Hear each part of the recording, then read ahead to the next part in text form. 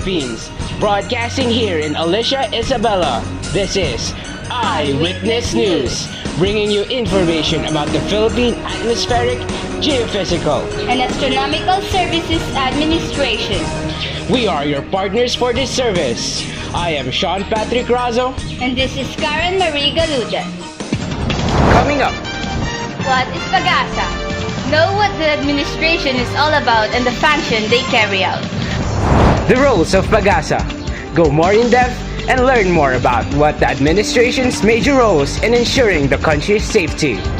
Learn about some of the major weathering instruments used by the forecaster to monitor weather conditions. Lastly, how are weather forecasts made? Tune in to find out. Start. What is PAGASA?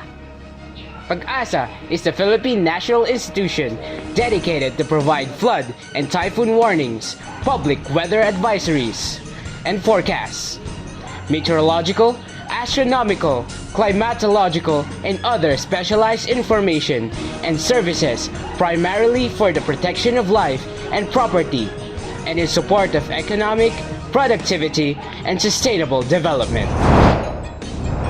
One of the attached agencies of the Department of Science and Technology, under its Scientific and Technical Services Institute, is mandated to provide protection against natural calamities and utilize scientific knowledge as an effective instrument to ensure the safety, well-being, and economic security of all the people, and for the promotion of national progress. Being a national institution, PAGASA is tasked with major roles that play a huge part when it comes to being safe and prepared for typhoons. To learn more about PAGASA's major roles in our country, let us go to Kimberly Javier and Wesley Julian standing by to give us information. Indeed, Sean, PAGASA is tasked with one crucial duty: alert everyone about incoming tropical storms and potentially super typhoons that are headed to our area of responsibility. Although their jobs seem to be easy, keep in mind that they need to provide precise and accurate information for the right forecast nationwide. Here are three major tasks assigned to PAGASA. 1. Maintain observation and forecasting network. One of the PAGASA's duties is to maintain and run a nationwide observation and forecasting network focused on weather and other climatological conditions that might affect the safety, welfare, and economy of the country. Another of PAGASA duties is to participate in geophysical studies as well as astronomical phenomena, study of the safety and welfare of the Philippine people. It publishes technical and scientific journals and administrates the research library. The PAGASA also operates a planetarium and provides the official time for the country.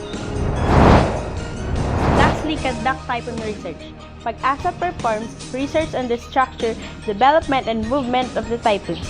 The results of these studies assist the PAGASA in creating measures and methods to lessen the destructive effects of this storm. Back to you, Shan. The safety and preparedness of our country from typhoons lie within the hands of our scientists at PAGASA. Thank you, Kimberly Javier and Wesley Julian. Determining the weather and other information that comes with isn't simply just looking at the sky and coming up with an instant conclusion. To be able to accurately forecast the weather, scientists use various instruments that has functions that are focused on what it is designed to observe. To know more about the different weathering instruments, here are Pauline Lago and Philip Batara reporting. Thermometers measure the high and low outdoor temperatures in degrees Fahrenheit and degrees Celsius. Meteorologists first used in liquid in glass thermometers in the late 1800s, but they now use electronic minimum temperature sensor system more frequently. Barometers measure atmospheric pressure, providing the measurement in millibar. Under most conditions, high and rising pressure indicates sunny weather, while low and falling pressure indicates approaching rain. The microbiograph also measures air pressure but records its continuous measurements on paper. Hygrometers Measure temperature and humidity using degrees Celsius and degrees Fahrenheit. One type of hygrometer called sling psychrometer uses one dry and one wet bulb thermometer to measure the relative humidity of the air. Anemometers measure the direction and speed of wind in miles per hour. A common type of anemometer has three caps fixed to a mobile shaft. As the wind blows faster, the caps spin around faster. The actual speed of the wind shows up on dial. Wind stack measures the direction of the wind at any given point in time. A weighted around spin around a fixed shaft and points north, south, east, or west, depending on the wind that blows on it. There are more instruments that are used to forecast the weather.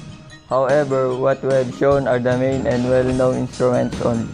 Some are more complex and has more function than this. I am Philip Batara. And I am Pauline Lago. Reporting. Thank you, Philip and Philippe. Having the right instrument to observe something really helps in making sure that the information is correct. Moreover, using the right instruments helps in creating forecasts for the following days for preparation. Sit back and relax.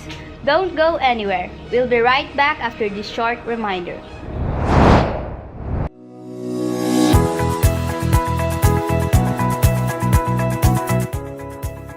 As a natural disaster, typhoons cannot be avoided, but it does not mean that we have no suffer its horrible effects. We can always do something to prepare ourselves for an upcoming typhoon. So, what can we do? Prepare your emergency kits. Stay alert, especially in high-risk areas. Secure your home and belongings. Have an evacuation plan and discuss with your family. And always have your communication devices ready. What should you have on your emergency checklist? First, a 3-day supply of water and food. Cash, emergency lights, beddings and clothing, first aid materials, hygiene materials, communication devices, waterproof document cases, Swiss knife, whistle, and shelter from elements. Your cell phone is your lifeline. Always have load stored and have your family on speed dial. Keep it charged using extra batteries and power banks. That is all. Be smart, be prepared, be safe. We're back, and you're still watching Eyewitness News. Next up, we'll find out exactly how weather forecasts are made. From how do scientists get the information, and how do they relay their forecast to the public? Here's Angeline Bucaso and Justin Bulan reporting. The Philippine Atmospheric, Geophysical and Astronomical Services Administration is the top source of information whenever weather disturbances threaten the country. Aside from providing various weather data such as 24-hour public weather forecasts, weather bulletins, farm weather forecasts, and shipping forecasts, the Bureau also offers broadcast reports for different media outlets. The busiest days at the office is when a tropical cyclone threatens the country. Through constant monitoring, PAGASA is able to disseminate weather updates, a must in ensuring public safety.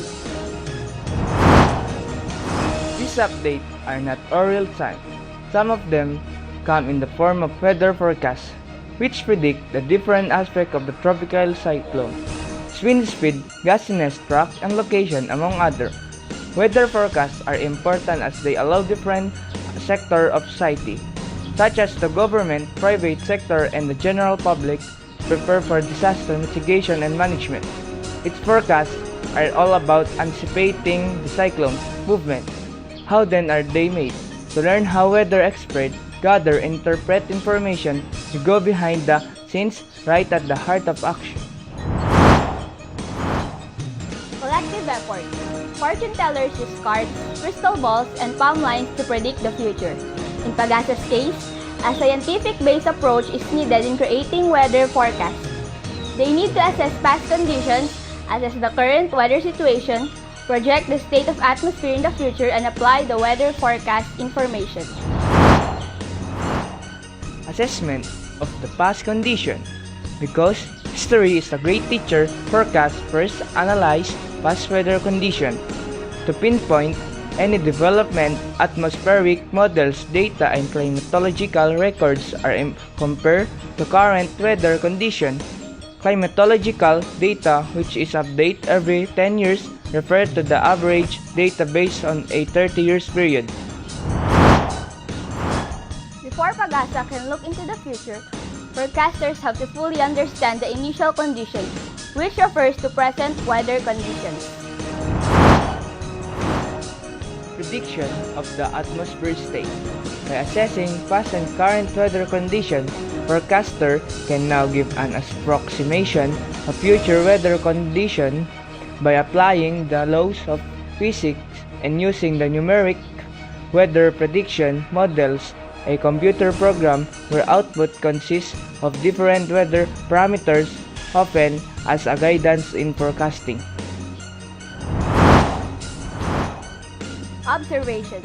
Data from 58 synoptic stations, including the automatic weather station, satellites, and radars, are transmitted to the central office through SMS phone, fax, internet, radiophone, and global telecommunication system. Plotting and analysis of weather data. Gathered data are plotted into maps using symbol and number for analysis during this stage. Available climatological data are compared to predict future weather scenarios. Modeling. With all the plotted and compared data on hand, brainstorming will now take place among the typhoon forecaster, regular forecaster, and senior forecaster before finalizing the output. Forecast and warning are finalized. After the final assessment, weather forecasts and weather bulletins are established. The tropical cyclone's location, strength, velocity, and the public storm warning signals are also integrated. Sean, back to you. Thank you, Angeline and Justin, for explaining how PAGASA makes these forecasts. After gathering and analyzing data, PAGASA will now present this to the public. But how exactly? Here's Catherine Ramos.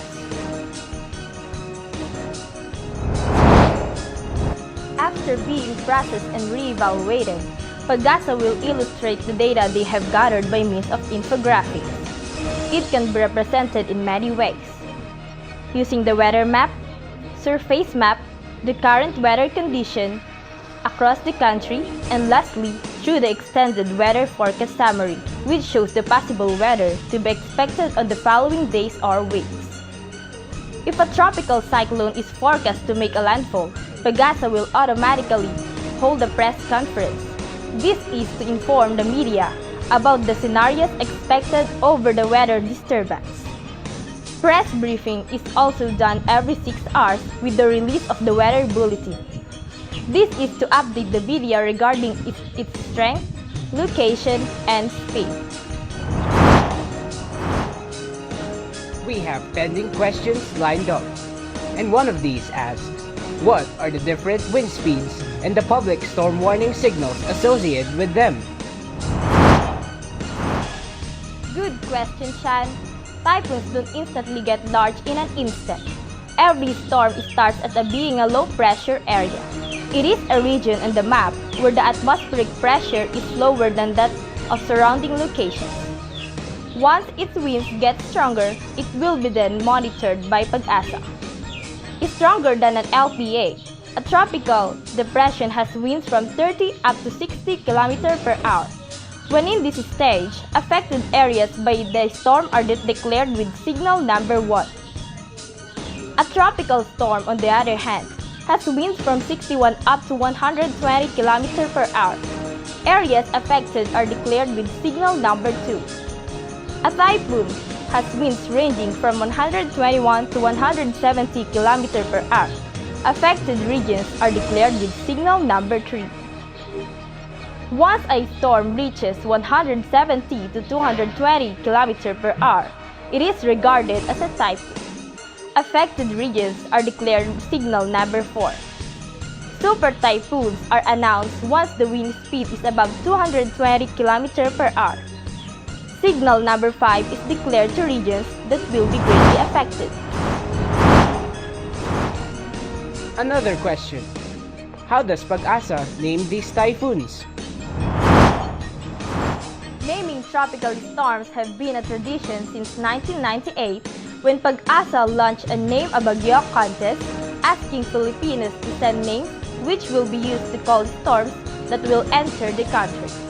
A list of 25 names are assigned per year.